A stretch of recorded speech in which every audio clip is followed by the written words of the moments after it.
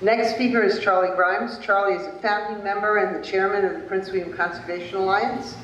He is a recovering federal bureaucrat, retired after working for the Department of the Interior for over 30 years. His family has been in Virginia since the 1640s, and in addition to all the things he does with Prince William Conservation Alliance, he also teaches geography of Virginia at George Mason University. Thank you, Charlie.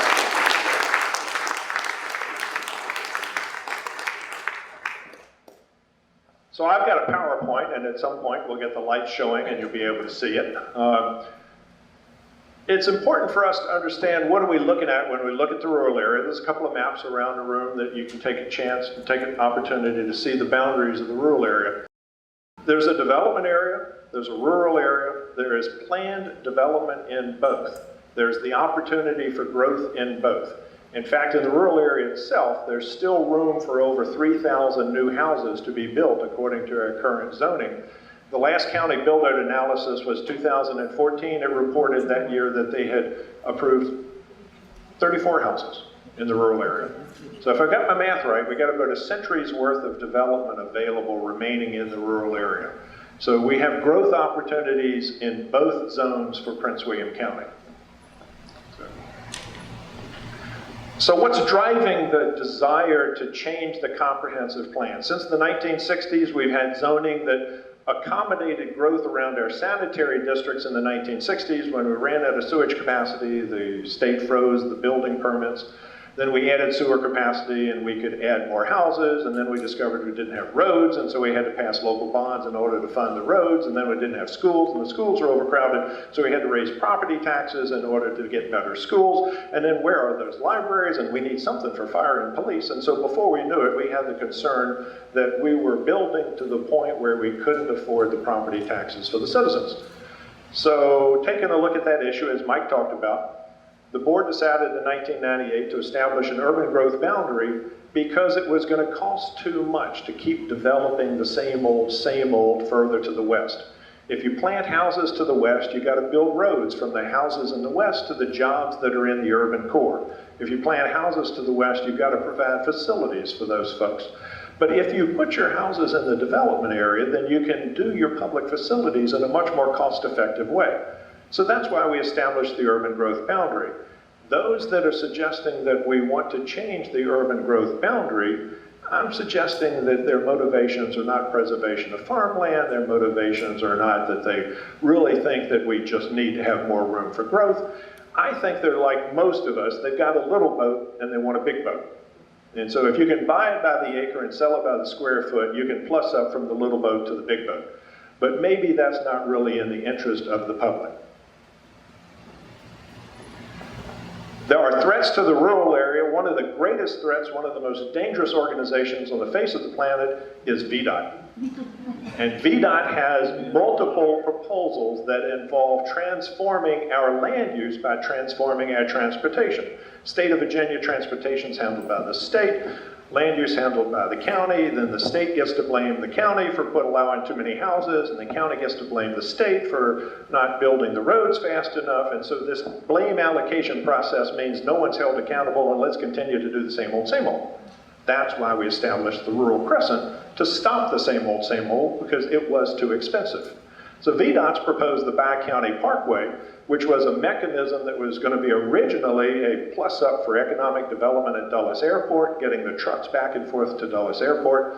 Then when that argument got debunked, it became an opportunity for economic development around the airport, which would really benefit Loudoun County, but didn't have a whole lot of plus up for those of us who live here in Prince William County. And then in the end, they talked about how it was going to reduce congestion, except the congestion is not north-south. The congestion, as everyone who commutes to work in this area knows, is west to east and east to west in the afternoon. So the Bi-County Parkway was not a successful initiative on the part of VDOT, but it did get us HB2, now called Smart Scale, an effort for us to prioritize our transportation projects based on cost benefits associated particularly with congestion in Northern Virginia. So thank you, VDOT. You got us a more rational decision process for the Commonwealth Transportation Board to assess if projects like the Bi-County Parkway are really boondoggles or beneficial. And so that Smart Scale initiative just went through the review process. Every year we have a 6-year implementation plan done by the Commonwealth Transportation Board.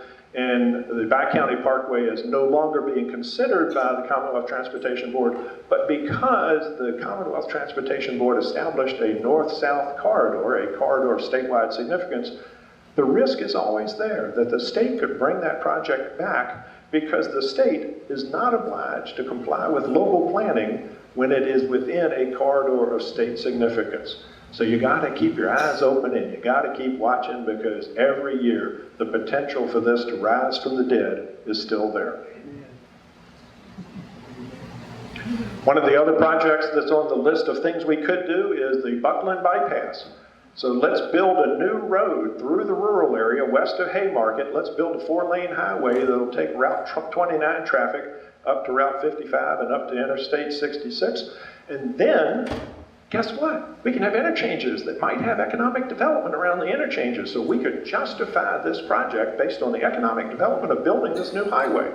And so VDOT with state money is coming in with proposals that would transform the land use plan of Prince William County using state money and then breaking through the boundary that we've established for urban growth and creating a greater opportunity for sprawl. Rollins Ford Road, if you're looking at the map, you know that Rollins Ford Road is a 4-lane road that ends on Vent Hill, and on the north end it ends on Linton Hall Road. That's not the end of Rollins Ford Road. Now, we county taxpayers funded Rollins Ford Road by making that a 4-lane highway. But the value of Rollins Ford Road is really the 4-lane Route 215 off to Route 29, and then all those commuters from Fauquier can drive up 29, get off 29, take Vent Hill, go up Rollins Ford. I haven't figured out how we get through that Stonehaven, Brentswood exercise, but there's a dotted line on a map somewhere that will show you how that commuter route can be developed. And on the east side, 4-laning Route 215 from Route 28 to Rollins Ford Road gives the opportunity for all the Culpeper commuters to cut through Prince William County and get to their jobs in the urban core. What does that do for the rural area for us to 4-lane Vent Hill Road? How will that improve air quality of life? That's the question I suggest we be asking. VDOT came back with Transform I-66, so the Heflin Farm. After all of the public review process was completed, VDOT came out and said, oh, and we've decided to move the parking lot for I-66 west into the rural area and plant it on the Heflin Farm. Thank you for growing a farm so we could build a parking lot. So with government money, I-66 was going to be expanded with a new road across I-66, a new parking lot in the rural area, and another opportunity to bust the boundary. So that we're back at it again. You kind of feel like you're playing whack-a-mole when you're dealing with these challenges. But it was another government-proposed project to bust the boundary of the rural area using transportation funding. The power lines are another attempt to come in at the Haymarket area and to transform the community that we all thought we knew we were going to live in. If you play by the rules, if you pay attention to the comprehensive plan, it's been there since 1998. You know what the future is supposed to be. It's the long-range plan that shapes growth in the county, except when it doesn't. So let's just ignore all of the planning and let's build something totally new and different. Let's build power lines. One more threat to our rural area. The latest now is Virginia Railway Express, which is proposing to expand service. I'm all for expanding service in the Virginia Railway Express. There are tremendous opportunities for us to get more trains going back and forth to the urban core and getting people off the highways. But their proposal is not just a transportation proposal, it is a land use speculation project to build 3 stations west of Haymarket, to build 11 miles of double track and triple track to Haymarket, to build a station west of Haymarket on the other side of 15 where you can't have any transit-oriented development benefiting the town of Haymarket, and a rail yard out to the rural area. This is a project that would damage the urban growth boundary, if not bust it completely. It is also a project that would involve spending $200 to $350 million to build this extra infrastructure and cost $9 million a year more to operate this compared to the alternative they've identified, which is to build a station at Godwin Road, north of the current Broad Run station, and put the money into trains going back and forth instead of track going out to the west. So if we invested in trains rather than track, we wouldn't get quite so many passengers off I-66. We wouldn't get quite so many cars off I-66. For 250 to 350 million, we would get 100 extra cars off I-66. Oh, and it's $9 million a year to operate for 100 cars. That's quite a valuable car to be subsidizing to get off I-66. So these are transportation projects that are not congestion relief projects. These are subsidies for land development disguised as congestion relief.